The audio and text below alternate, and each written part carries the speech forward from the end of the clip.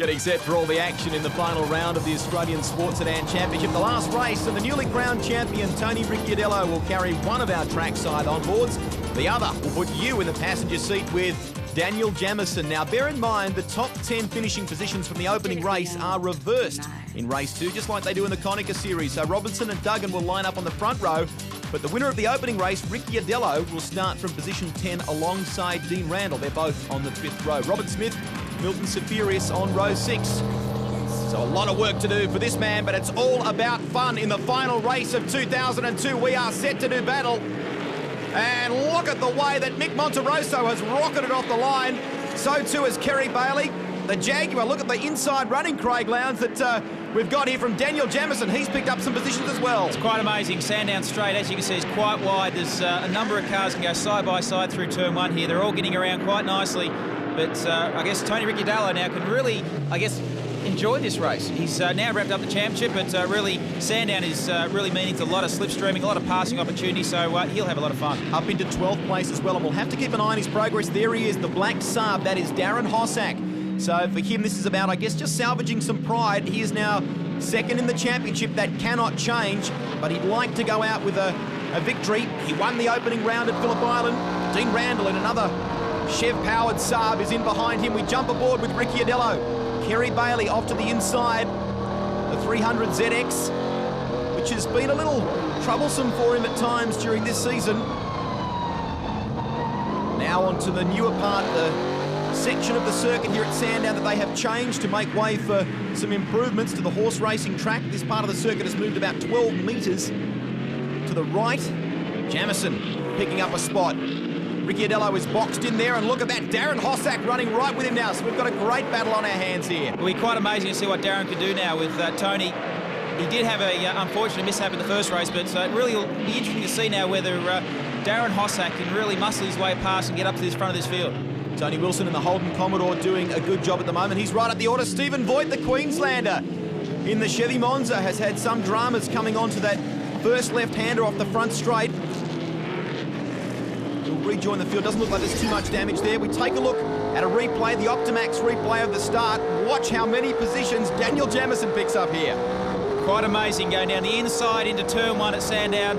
He's on all the marbles, all the loose rubber, so he hasn't got a lot of grip. Tyres are cold, so he's got to be very careful that he gets enough speed washed off this car to get around turn 1, and he's obviously done it.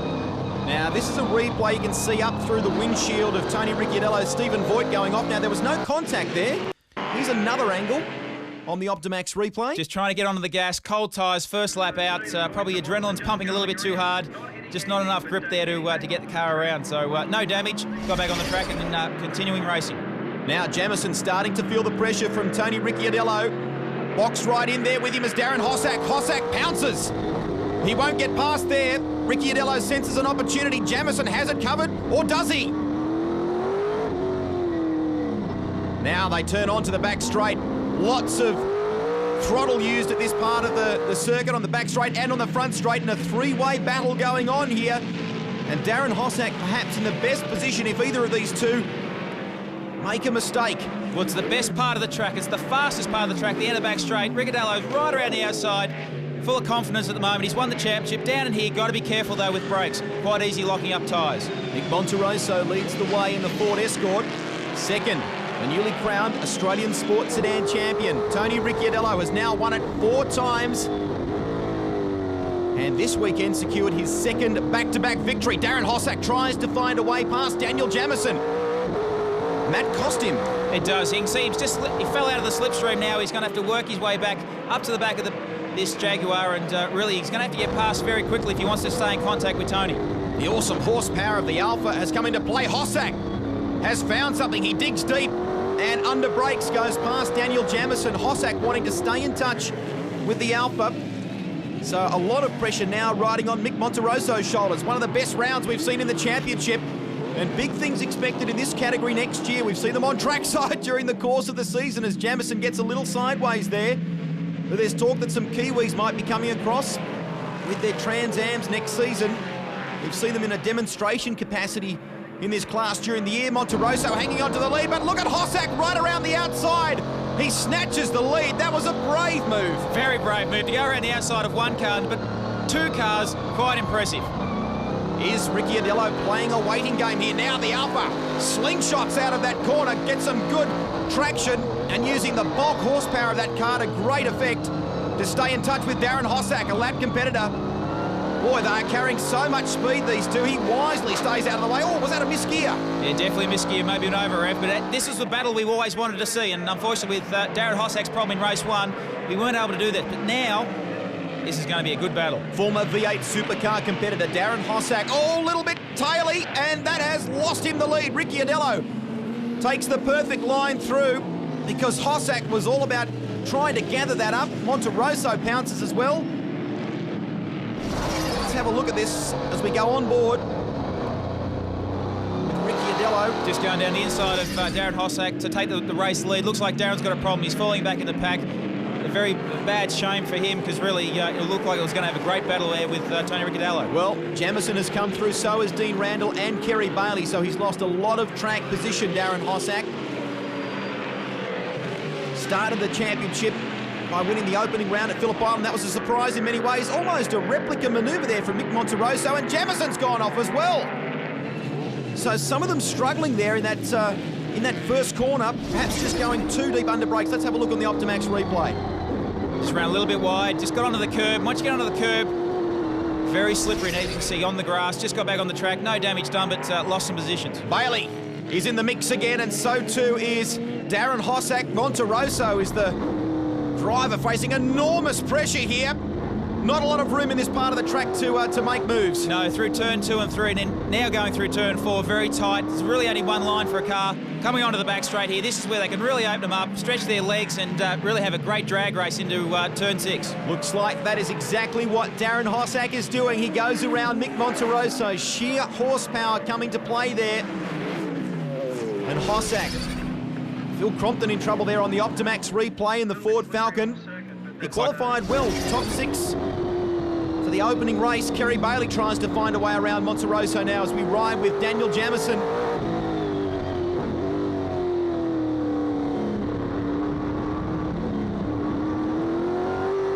Wondrous sounding V8 in these sports sedans. They turn left onto the back straight. Let's see what Jamieson can do here.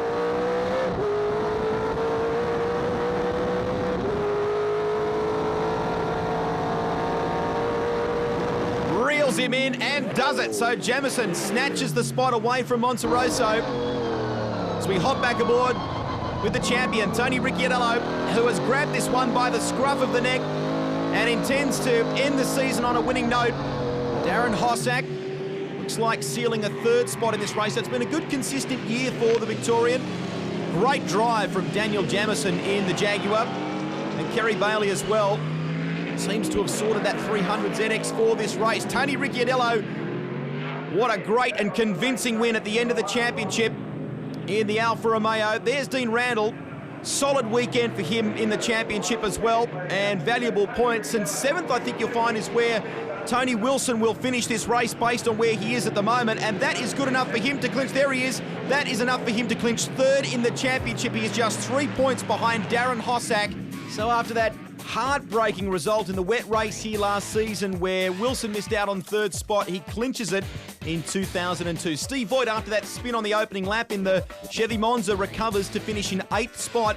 Seferius is 12th, Graham Gilliland in 13th, and Bob Gill debuting the sports sedan, the V8 supercar, which has been modified for sports sedan competition on its debut, finishes in 14th position. Let's go to the pits. Grant is with Dean Randall. Well, the championship honours may have been decided, Dean, but you've always been a consistent performer and great to finish the year with a 2nd.